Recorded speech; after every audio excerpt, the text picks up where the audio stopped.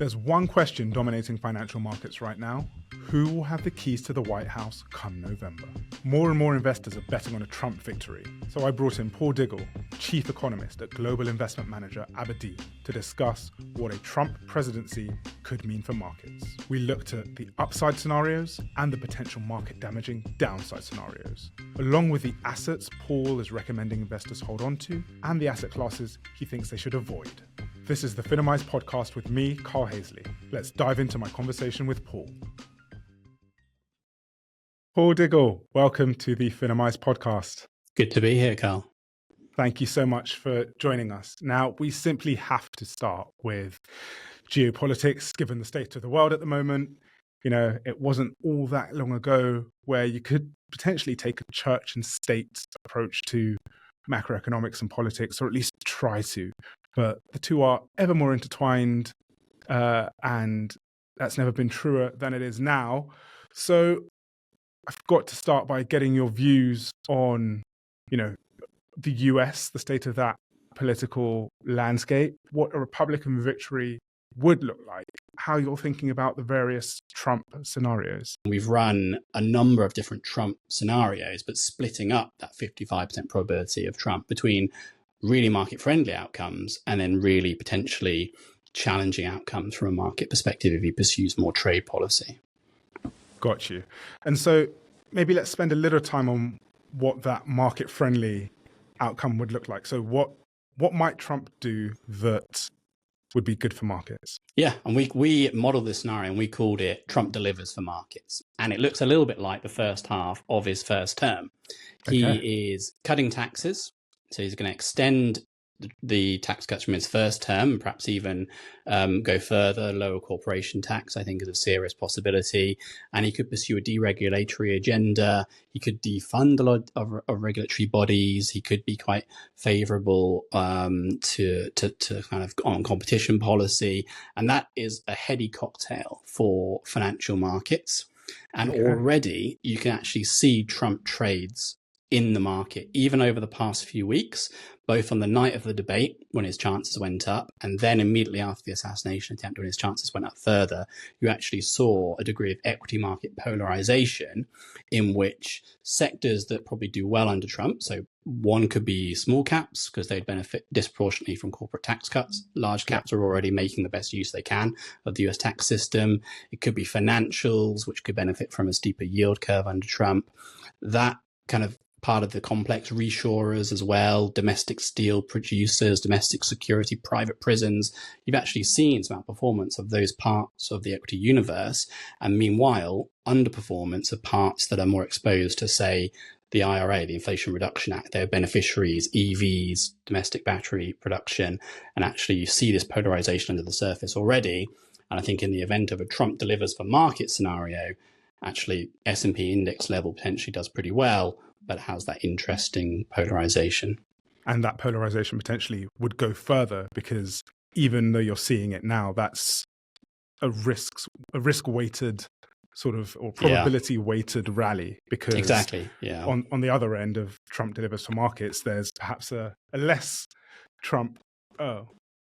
market-friendly Trump outcome. And what does that look like? Yeah, so we called this Trump Trade War 2.0. And it's basically that a little bit like the second half of his first term, his focus is much more on trade and tariff policy. So perhaps if he has a split Congress, which he has to focus on those areas where he has executive order power, presidential power, which is largely trade and foreign policy, he could go big on those parts of his agenda rather than the market-friendly parts. So say he is literal and serious about a global 10% tariff, a 60% tariff on China. Those are likely inflationary for the US economy. They are effectively a tax on the US consumer because the tariff incidence, as an economist would call it, is probably going to fall on the US consumer. They weigh on growth in the US, in China as well. And in the second half of his first term, when he turned his attention much more after the midterms and losing unified Republican control of Congress, he turned his attention to tariff policy. You saw pretty big sell-offs, equity market sell-offs on the days in which he made tariff announcements. So the market doesn't like it. Then the other kind of thing I was hinting at is it's inflationary, right? And we're at the part of the US cycle right now where inflation's coming down, markets are pretty positive, both in duration markets and in risk markets about the possibility of Fed rate cuts. But if parts of Trump's tariff agenda, fiscal agenda are inflationary, that positive tailwind from lower rates could start to get muddied. But remember too, he could be intervening, he could be interfering in the Fed, right? He doesn't like Powell. Yes. He could be kind of manipulating Fed policy as well. So all sorts of interesting things. Okay, so a cocktail to digest, and it's going to get potentially clearer throughout the year, but I wouldn't bet money on clarity anytime soon. But we're months away from November, and already, I mean, so much has happened. So who knows what's in store for us. Absolutely. Let's take a hop across the Atlantic to, and I can't believe I'm saying this, the relative calm of Europe, where after snap French elections and snap-ish UK general elections, Europe and the UK seem relatively calm from a political standpoint. Is that fair to say? I think it's fair to say in the UK. I think we've still got a lot of fun and games ahead of us in French politics and the government formation process. But yeah, the UK, we are like this island of political stability all of a sudden. What a contrast. Now, I'm not sure the story is really quite that simple, right? Under the surface, there's obviously plenty of challenges to the Labour government. They are really going to have to deliver on the growth agenda, the central part of their economic policy, but actually their entire policy, how they're going to deal with fiscal policy, how they're going to deal with social outcomes, is that they have to get growth going in the UK economy. We know it's been sort of anemic for a long time, and their agenda is all about, I think it's basically four-pronged. They want political stability to support growth, the idea being that instability previously hampered investment. They want to reform the planning system to make home building easier to rate. They've got obviously explicit home building targets.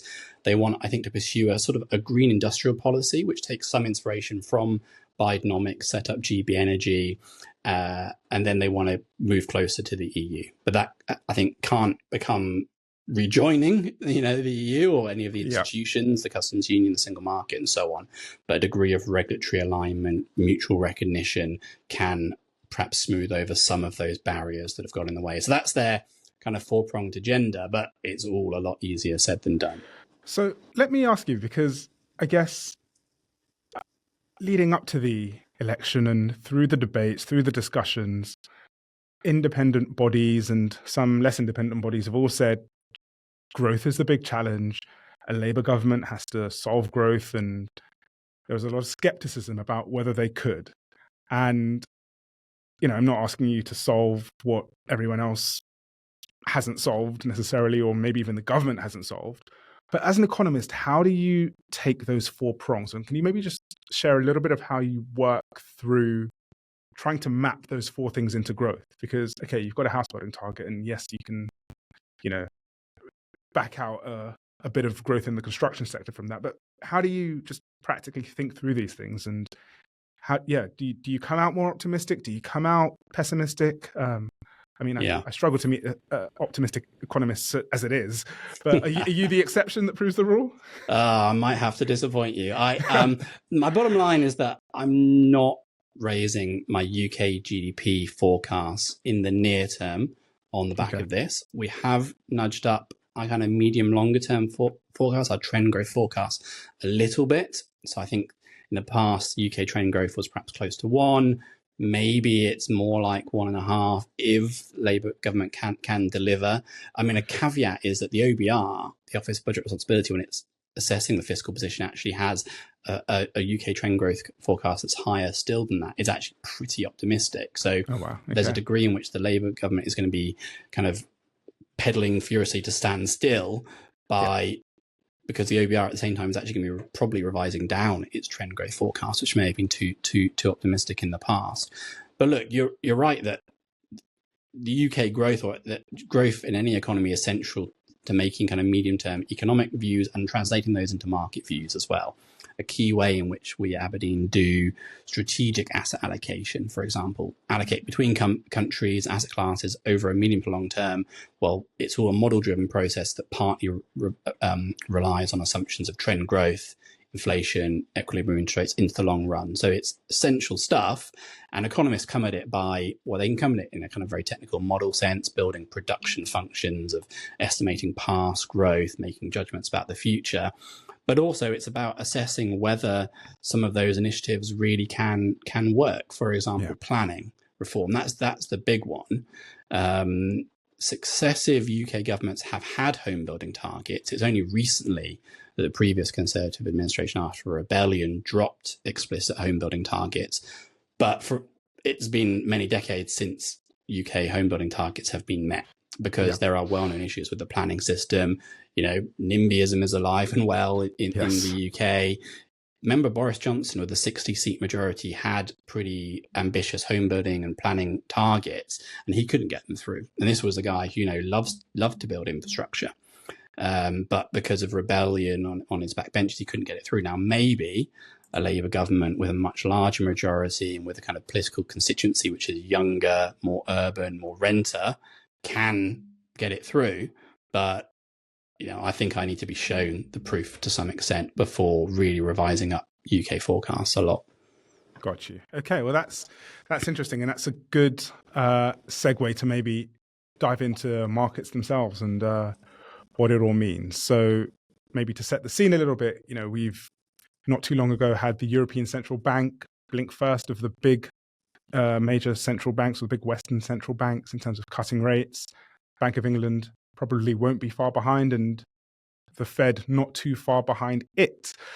The big question, of course, for the Fed is, or for the US economy as a whole, is when are US rates going to be cut? So I'd love to know what you think there. Yeah, so the short answer is I think they're going to be cut in September and then again December, so twice this year. Okay. The debate the market is having is it going to be 2 cuts this year, or perhaps even more? That's the very latest debate. Remember that the latest FOMC meeting, the dot plot, their kind of projections of interest rates, they actually showed Fed members saying that they thought on average there was going to be 1 rate cut this year. Yeah. But then since then, the inflation data in the US has continued to come in pretty soft, which is good from the perspective of the Fed. Markets have dialed up the expectations of rate cuts. At the same time, some of the growth data in the US is starting to cool, at least under the surface. The survey data, parts of the labor market data are also showing some cooling as well. Unemployment's ticking up. So both sides of the Fed's dual mandate, its inflation mandate, 2% inflation, well, over the past 3 months, annualized core inflation has been something like just over 2%. At the start of the year, it was up above 4%. That was the inflation scare, which has now passed.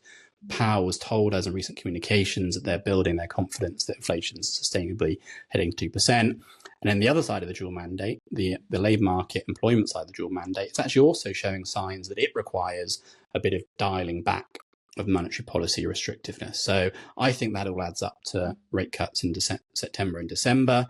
Market, as of last time I checked a couple of hours ago, was actually flirting with the idea of 3 rate cuts this year, because it sees the inflation data looking really favorable, starting to worry actually about aspects of the growth data.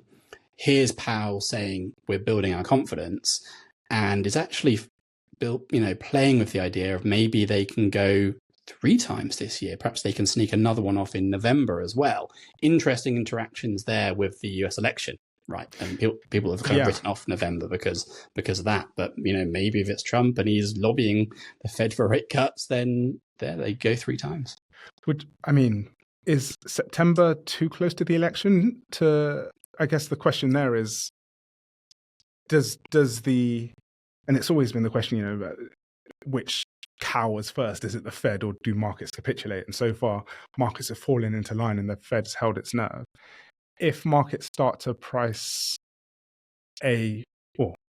increasingly price a more chaotic Trump presidency, and by September we'll maybe have a bit of a better lay of the land in terms of what he's proposing and what direction he's likely to go, is there, could that force the Fed into cutting? And I guess, does an early cut actually help Biden in a sense? It's a little bit of a jumbled set of thoughts there, but Is September really on the table, do you think? Yeah. So when Powell was asked about this, he plays a complete straight bat and says politics isn't coming into it. We're setting much policy on the basis of economic fundamentals and the incoming data. And of course he would say that, but no doubt in the back of his head, he's also got political considerations, and he knows that Trump is unhappy. And Powell is, after all, a Trump era appointment, but Trump has very publicly said that he's not happy with Powell, and he'll be looking to replace him come 2026 when his term is up. So no doubt Powell is going to be thinking about some of this. I've heard some people say that if he goes in September and he's definitely out of a job, But then if he cuts December onwards and Trump's won, then that's kind of good for his job prospects, right? So he'll be thinking a little bit personally about this as well.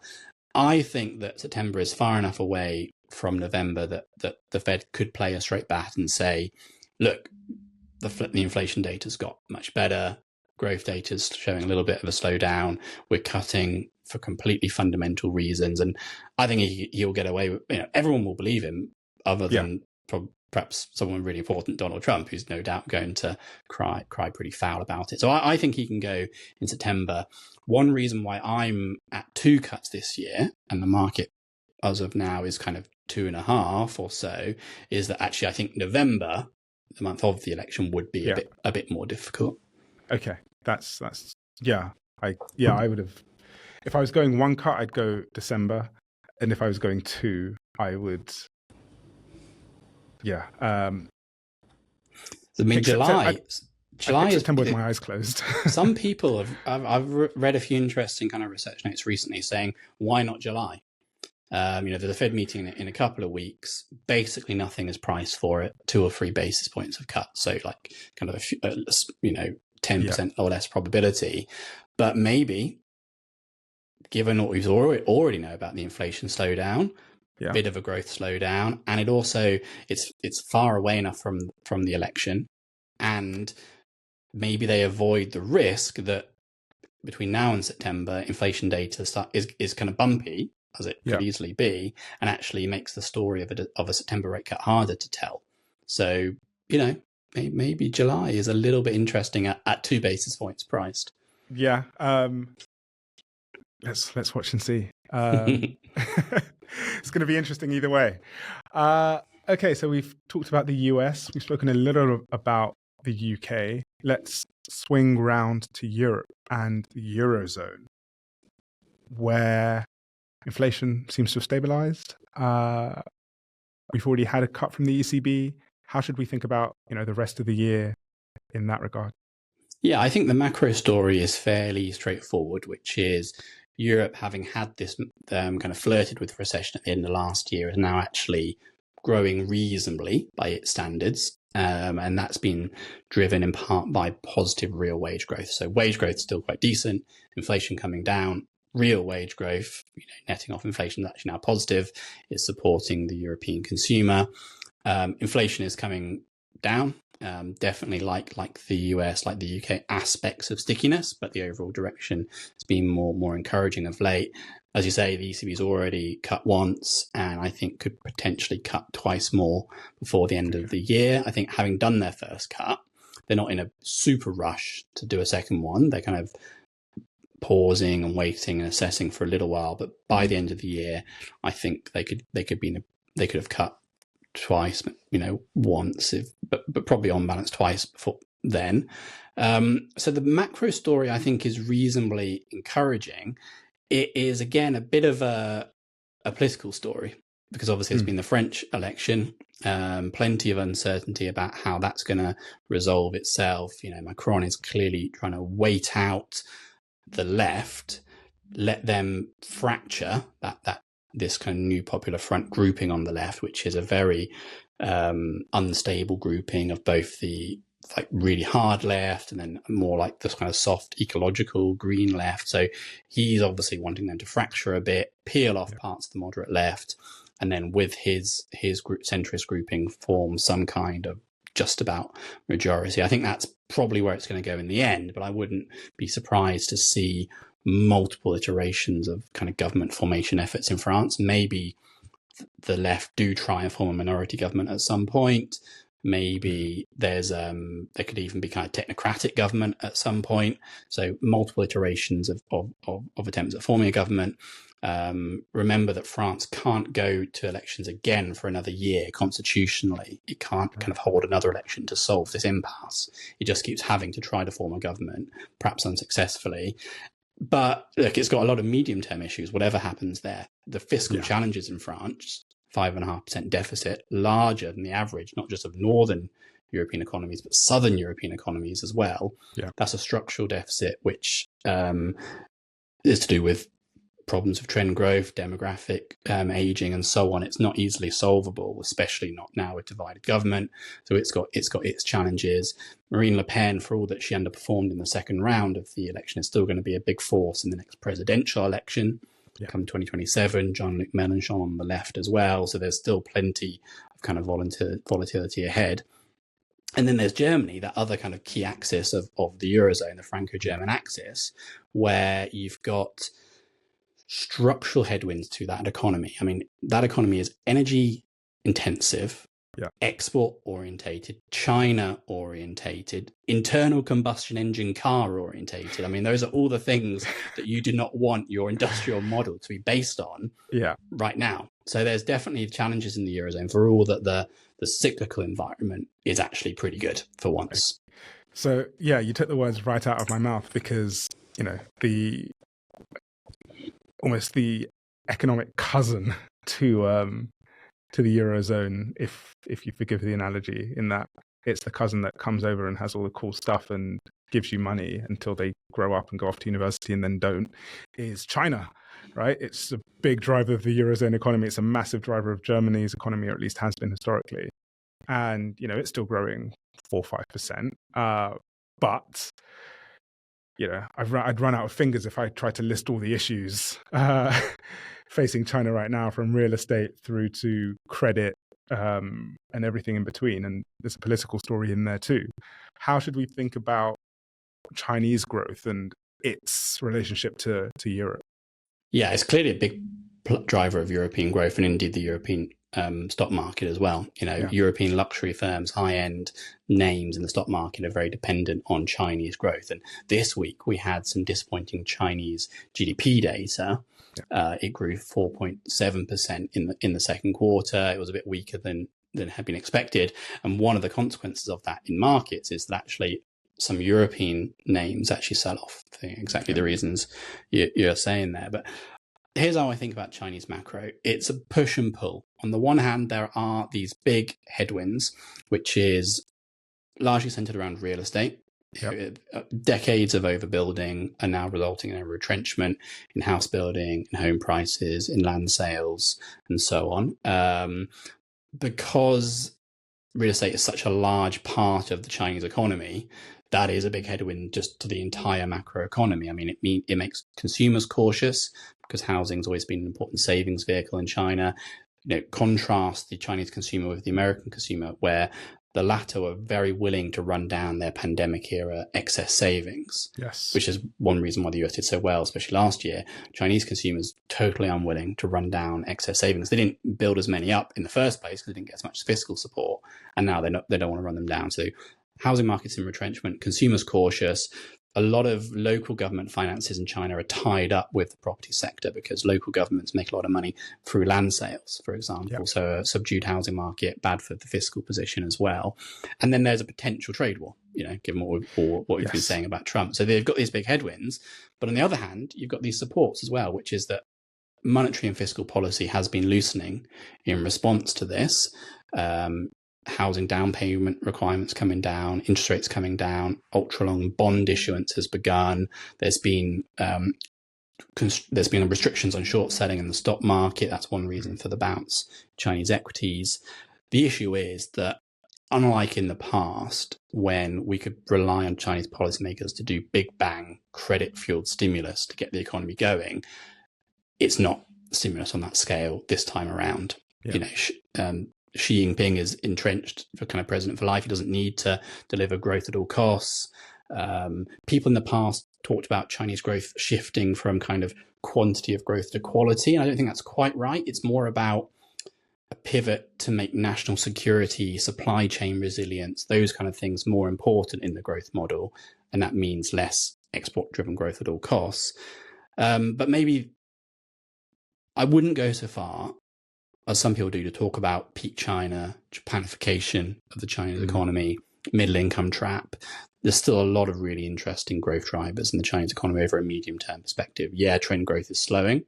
5% now, perhaps 4% by the end of the decade. Still decent by many standards.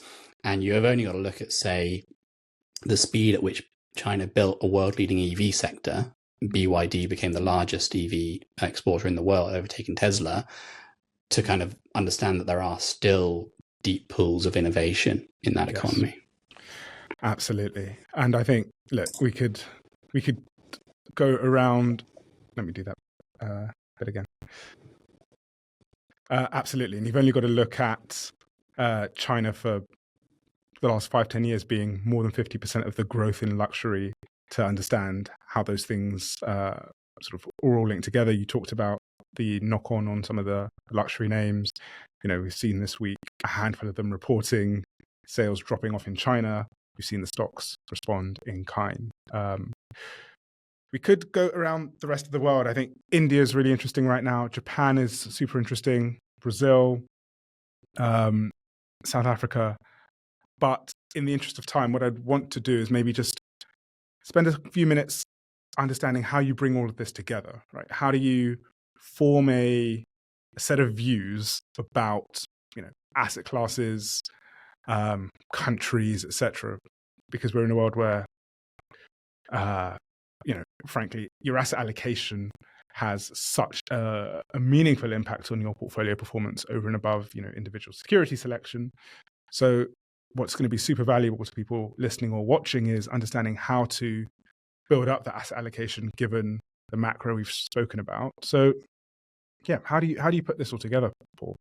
Yeah, so the way we do it at Aberdeen is at the highest level, we have a house view process. So we bring together heads of asset classes, senior investors across the firm, and then myself as chief economist and members of my economics team. And we try and put together high level asset allocation views. And we're not trying to kind of replace what PMs are doing, in actual multi-asset portfolios or all sorts of portfolios where you take a lot of granular level 2, level 3 views about asset classes, about individual stock names and so on. But at the highest level, we're trying to set a common framework for how Aberdeen thinks about markets. So it's called the House View. Basically, it's the most senior research forum in the firm. Its current views, so it combines both these economic insights, but also, which is a big part of how you make investment decision, but also strategists who will be looking at timing indicators, at flows data, evaluations, at technical market signals, with people who are involved in kind of bottom-up stock picking or choosing bond names. So combining both top-down, bottom-up, both economics, strategy, analysts, insights into individual companies, bring it all together, send some signals at the highest level about asset allocation. Right now, in a nutshell, we like corporate risk. We like duration as well. And we've just moved from being underweight of real estate to neutral. I could expect it to go up to overweight in time. And we're a neutral dollar. So these are the kind of, and we think that you're better off taking risk in financial markets than you are sitting in cash. So these are the kind of high level signals, but maybe let me just drill into one, which is the equity positive signal. We're expressing this in DM equities. Okay. Neutral in EM. Interesting stuff going on in EM, but with these China considerations we're talking about, still cautious, want to see a more durable turnaround in the real estate sector. But in DM, can see positive drivers of, say, the US. We've talked about inflation moderating, growth cooling but not falling off a cliff, rate cuts coming, secular supports from AI in the tech sector. But I mean, there's a lot to debate there, right? There's a lot of concentration. There's been some big moves. You can't be complacent. We like some of those names, not others. But also I see some interesting things happening in the UK. We've talked about return of political stability in Japan, where the macro cycle is turning up.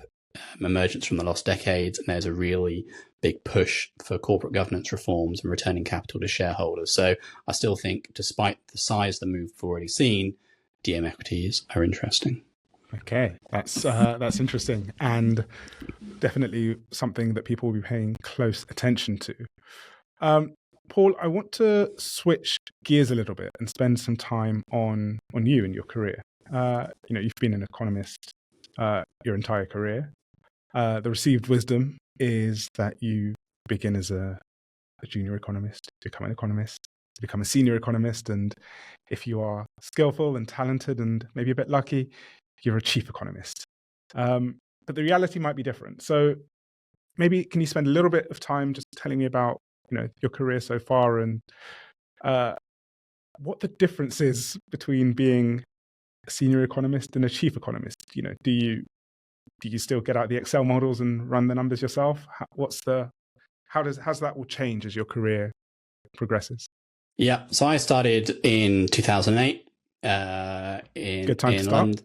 Yeah, well, it was pretty inauspicious at the time. I started in the teeth of the GFC. I saw friends kind of offered jobs and then they were pulled by the time they left university. I saw friends who kind of joined and then they were immediately on 4-day weeks. Wow. Or at smaller finance firms, their paychecks were delayed, right? It was an incredible time to be starting out. I was in London. I was actually initially more in microeconomics. So I was basically an economic consultant. I was doing stuff like retail bank capital adequacy models. So if you're a retail lender, how much you're going to hold on your balance sheet to protect against the risk of your credit card book, your mortgage book, and so on. I did a bit of work in planning and infrastructure as part of building infrastructure projects. Say you're building a railway across the middle of London or a big office block, you make an economic case as part of getting planning permission. So you have economists saying it's going to add this many jobs, it's going to cut journey times into central London, and this is kind of part of what a microeconomist does. And then I made a move early on from micro to macro, and I was like, that's where the action is. That's what I'm interested in. So I made that move, worked on the sell side, kind of doing research for investment banks and selling that research to asset managers as well. And then about 9 years ago, I made the move to asset management, joined Aberdeen. I moved from London to Edinburgh at that time as well. A really good move that I've enjoyed, but I always tell people spend time in London first if that's the kind of journey you want to go on. And then, as you say, worked up through the economic team at Aberdeen. The big change from being an economist to a chief economist is you do a lot less of the Excel. You do a lot less of that. You're standing on the shoulders of your team. You're relying on them a lot for their insights, for their work in the data. You're spending much more time with clients, with senior stakeholders across the business, working to integrate economic research into investment processes, into how clients are thinking, into how the firm is running itself as a PLC as well. Okay. And over your career, I guess, how has the industry changed? And maybe let's focus on, your 9-10 years in the asset management side, and I guess maybe for some context, the industry's changed massively. There are a lot of pressures and new pressures and challenges and opportunities. But I guess specifically when you think about being an economist, what matters now that didn't when you started, and what really mattered when you started that no one cares about anymore? So what really matters now for an economist is that the sort of classic things you learn at university, your economics training is all about globalization delivers only benefits. It only increases productivity. You don't really think about distributional questions as much. You don't really think about economics, and you don't really think about politics and geopolitics as much as now. But I think now the economist profession is much more aware of distributional questions, of the negative consequences of globalization, of what economists call the China shock, how that shook up the global trade order, that geopolitics is a massive driver of the economy. I mean, at Aberdeen, we have a political economist in our team. We find that very important as for how we think about the economy. So I think new things have mattered. What matters less? Well, I mean, I think about Carl before I actually answer. Sorry. That's all right. The other thing that really matters is process integration. So a journey I've been on at Aberdeen is that the economists were sort of nice to haves who were part really of the client entertainment kind of role. Clients love to talk about the macro. They found it interesting.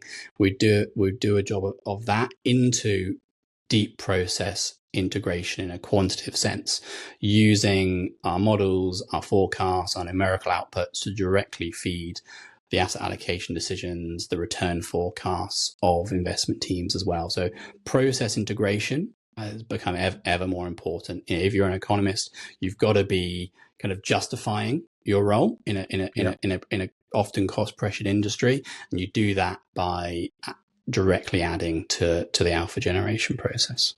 Okay, fantastic. You've kind of answered my next question, but you obviously lead a team of economists. What makes a good one? Yeah, knowing what matters to markets. Okay. So a lot of economists can be good academic economists, can parrot that the kind of stuff you learn on economic degrees, models, and so on. But knowing what is driving markets and how an economist can be additive to those kind of questions, I think that is the really important quality that I look for in an economist. And then the second is be able to really clearly articulate the answers, even to a non-technical audience. So you don't need to use economic jargon just to show that you know it. The more simply and straightforwardly you can explain a concept, the more you actually understand it. So knowing what matters to markets, knowing how to explain it to market participants.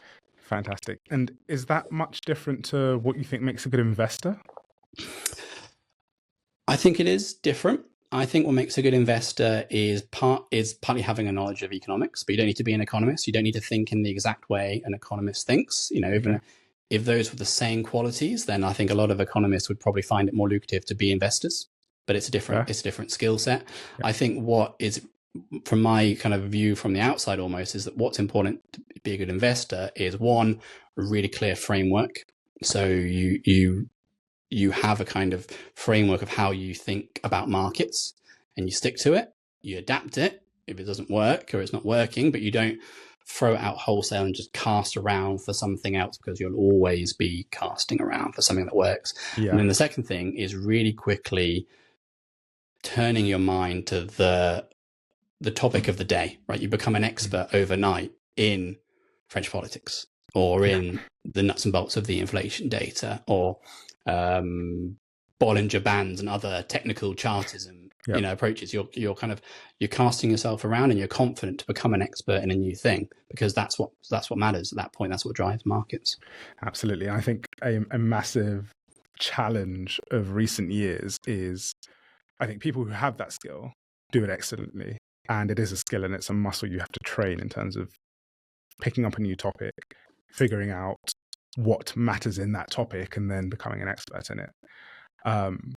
And that gives you the ability to, for lack of a better phrase, deliver hot takes on that topic. And I think that skill, if you do that well, and you tie this back to, what makes a good economist, being able to explain things in plain language, even things that are complicated and you understand well, that translates really well to social media, for example. That translates really well to a clip, whether that's on television or, again, on social media. And it creates the impression that just saying anything, if you've got a position in markets, if you have a view, is as smart, as well thought out as having learned something in order to say something. And I think it creates the impression that a hot take all hot takes are created equal. And I guess what you don't see necessarily is the work or the lack of work that goes into a hot take. And I think that's a challenge for retail investors. I think it's a challenge for professional investors alike, and it's a challenge for anyone trying to engage with any of that material, for better or worse. Yeah, I mean, being an investor is all about having a view. You're always, Yep. whether you explicitly or implicitly taking a view, even if you're sitting out a market, you're taking a view. So investing, one way to boil it down is like it's the view formation, view taking process. Yeah. But obviously, the more that you can back those views up with research, based on insight, even if it's insight into a topic that you had to get up to speed on within a week. I mean, that's just the reality of different things constantly occurring in the macroeconomy. But if you've got a framework, you've got a training, and then you're confident to dive into a topic when it becomes the driver, take a view on it, I think that's how you generate investment insight. Absolutely. Okay, so we're almost at the end. But before I let you go, Paul, I want to dive into the lightning round. So short, sharp answers to short, sharp questions. First of all, what was your first investment? It was an Aberdeen real estate fund. I was not an employee of Aberdeen at the time, but Wow. I was doing my first stocks and shares ISA. I was looking at what funds to buy in it, and I don't remember the exact name of the fund, but it was actually an Aberdeen real estate fund, and I seem to remember it did pretty well for it while I held it. Fantastic. I hope you brought that up in your interview. That was a missed opportunity. Yeah. No. Okay. What was your worst investment? I'm not gonna, it's not a specific stock that I bought. It is rather that I don't think at times I've taken enough risk in my pension portfolio. So Okay. pension is one of your biggest holdings, or it is, at least it is for me. You do the standard kind of risk profiling questionnaires. You get given a risk, profile, you're a 5 of 10 or whatever, and then you get given a standard asset allocation. With hindsight and knowing how long duration a pension investment is, I think I could have taken a lot more risk points in that portfolio. So I think actually not filling in the surveys that kind of risk bucket you in a way that's going to express much more risk loving, because it's such a long horizon. I think that was a bad investment. Okay, that's fair. Okay, you've been honest, so you get the good question, which is, what was your best investment? Again, not a specific stock, but an investment in human capital. So to use an economist phrase. What does that even mean? Use an economist phrase. Human capital is knowledge, learning. So I did an undergrad degree in economics. Yep. Joined the workforce, as I said, 2008, and then I subsequently did a part-time master's in economics while I was working. For 2 years, I was 6 till 9 p.m. every night going to lectures in London after work, including on a Friday night. It was punishing. Now, my employer at the time partly funded the course. I partly funded it, and then I invested the time, effort in it. And then doing that second degree was then I directly converted that into my role at Aberdeen, where being a kind of macroeconomist at the firm, we're looking for people with, lot deep academic experience in economics, which then they can translate, as we've been talking about, to markets. And I think that was my best investment. Okay, that's very fair. And credit to you for giving up your 6 to 9 p.m. when you were early in the workforce, in your 20s in London. Maybe it says about my social life than it does about my effort. Well, you might not have been a barrel of laughs then, but you are now. That's what matters. Very kind. Are there any investors out there that you look up to, that you admire the most?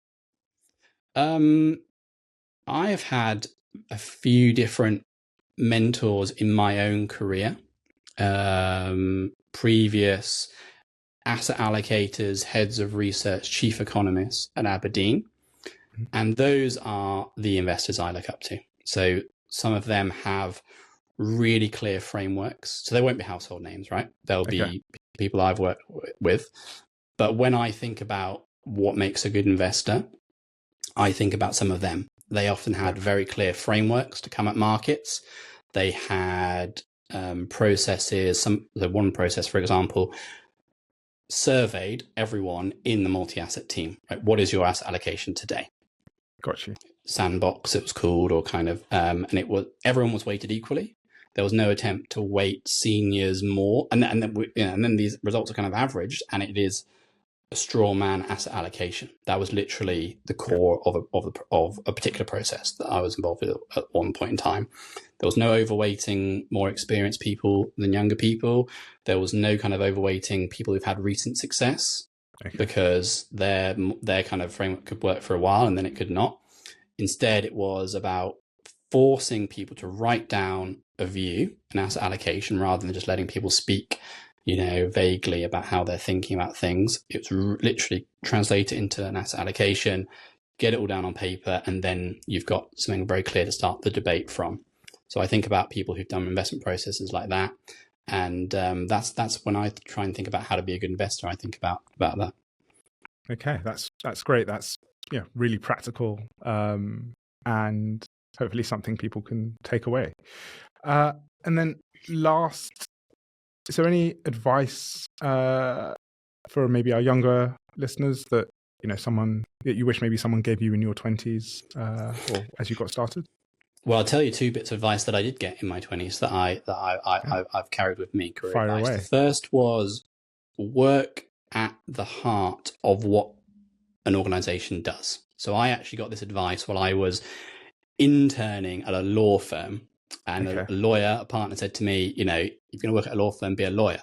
Don't work in a kind of a different role. Or if you're going to be, and in my case, it was working asset management, economist. Now, you might think, well, isn't portfolio manager at the heart of it? But I'd argue that sitting on the house view, the center of so many investment processes, economists is at the heart of the organization. So you're going to get most out of the company you're with, the career you're in, if you are doing the thing that company specializes in. That is the main job of that company. So that will be the first bit. Sit at the heart of what an organization does.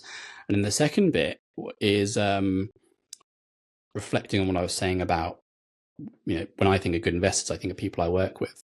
You just got to look at learning from all the people you work with and carrying key lessons from role models with you. And even if they're kind of negatives, how you don't want to be, you can still get that out of a colleague. But even better, you can learn from your best colleagues. You can ask yourself, what would they do in that situation, as a way to try and solve problems yourself. I was told, why don't you, when you're building this kind of network of role models, you build the board, the PLC board of you. So I'm building the board of Paul Diggle, and I've got the person who is my, chief career officer, or chief, advisor, or chief life advice, or, chief role model. And you're building this pantheon of people whose learnings, whose approaches you're trying to incorporate into your career. That is very, very good advice. Maybe to take this is a bit of an inside baseball reference, but like a house of games approach. So highbrow, lowbrow. Your work at the heart of the organization, very highbrow. My lowbrow personal version of that is, when I go to a restaurant, eat the thing that the restaurant does. So if I go to an Italian restaurant, I'm not going to have the steak. I'm going to have pasta or pizza, because that's the thing that they're good at. That's why they're in business. The steak's, it's going to be a bit risky. Mm-hmm. So yeah, love it. Okay, now, Paul, you have a podcast, Macro Bites. Can you tell us a little bit about it, and where can we find the podcast? What happens in that podcast?